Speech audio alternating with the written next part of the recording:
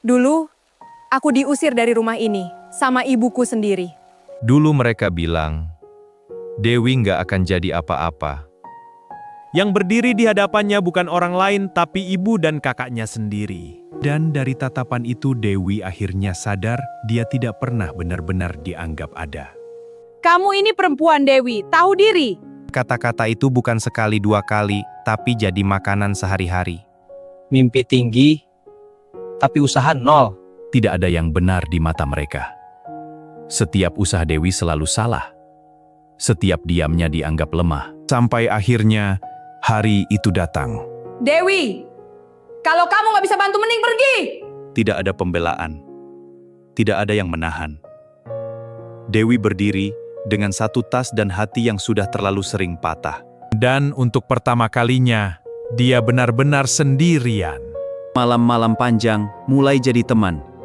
Air mata jadi hal yang biasa. Kenapa harus selalu aku yang salah? Tidak ada yang tahu berapa kali dia ingin menyerah. Tapi di titik paling bawah, ada satu hal yang berubah.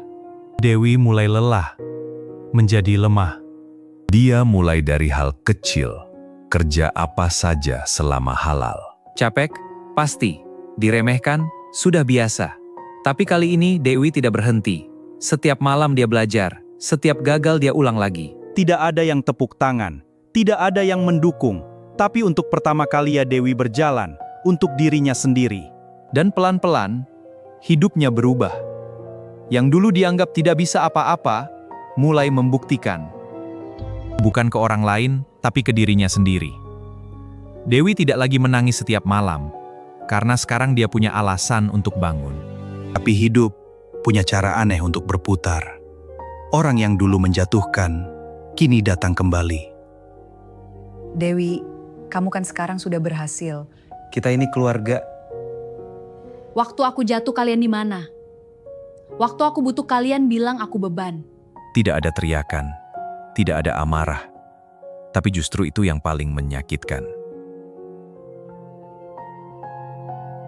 Setelah semua kata terucap, tidak ada rasa lega yang langsung datang. Karena melawan bukan berarti tidak sakit. Aku kira setelah aku ngomong semuanya bakal lega. Tapi kenapa rasanya masih sesak ya? Bukan karena dia salah, tapi karena luka itu sudah terlalu lama ada. Aku cuma pengen dianggap aja. Sekali aja dihargai. Apa itu terlalu banyak? Bukan capek bekerja, tapi capek berharap pada orang yang sama. Aku udah capek nunggu, berharap mereka berubah. Padahal yang harus berubah mungkin aku. Dan di malam itu, untuk pertama kalinya, Dewi benar-benar mengerti bahwa tidak semua hubungan harus dipertahankan. Aku nggak bisa maksa mereka. Tapi aku masih bisa milih buat diriku sendiri. Dia melihat kembali semua yang pernah ia perjuangkan. Semua usaha untuk diterima, semua diam saat disakiti. Aku pernah berusaha sebegitu kerasnya. Biar dianggap cukup. Ternyata dari dulu aku yang terlalu maksa. Maksa mereka buat sayang sama aku. Bukan karena dia tidak peduli, justru karena dia akhirnya peduli pada dirinya sendiri. Cukup, aku nggak akan maksa lagi. Nggak akan nunggu lagi. Tapi karena aku juga berhak tenang. Aku juga berhak bahagia. Dan dari situ, keputusan itu lahir.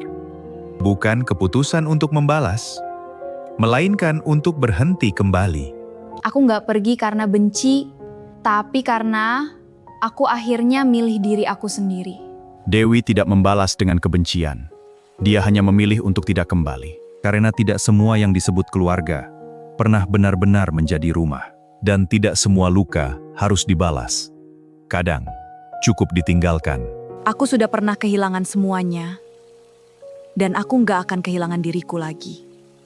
Kalau kamu jadi Dewi, kamu bakal bantu mereka atau pergi selamanya? Tulis jawabanmu di komentar. Jangan lupa subscribe untuk cerita menyentuh lainnya.